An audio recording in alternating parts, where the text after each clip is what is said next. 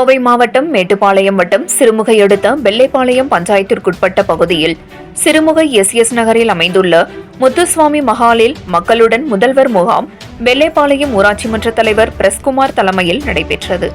இதில் வெள்ளைப்பாளையம், வெள்ளாதி, ஜடையம்பாளையம், சிங்காரம்பாளையம் ஆகிய பஞ்சாயத்திற்குட்பட்ட பொதுமக்கள் கலந்து கொண்டு மனுக்கள் வருவாய்த்துறை, மின்சாரத்துறை, வேளாண் துறை, காவல்துறை, எரிசக்தி துறை, மருத்துவத்துறை போன்ற மொத்தம் 15 துறைகள் மக்களின் மனுக்களை பெற்றுக் கொண்டனர்.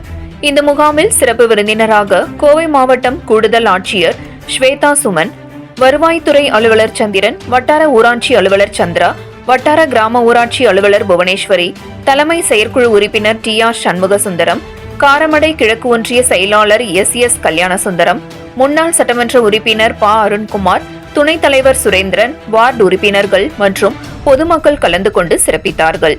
மற்றும் மக்களுடன் முதல்வர் முகாம் நடத்தமைக்காக வெள்ளைப்பாளையம் ஊராட்சி மன்ற தலைவர், துணைத் தலைவர், வட்டார ஊராட்சி அலுவலர், உதவி வட்டார ஊராட்சி அலுவலர் ஆகியோருக்கு கூடுதல் ஆட்சியர் நினைவு பரிசினை வழங்கி கௌரவித்தார். 7 கிரீன் நியூஸ் செய்திகளுக்காக கோவை மேட்டுப்பாளையம் செய்தியாளர் நா. முத்துக்குமார்.